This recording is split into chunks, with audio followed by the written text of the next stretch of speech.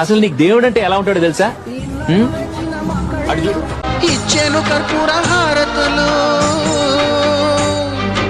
ఇన్నాళ్ళు వేచిన మా కళ్ళు ఇచ్చెను కర్పూర హారతులు.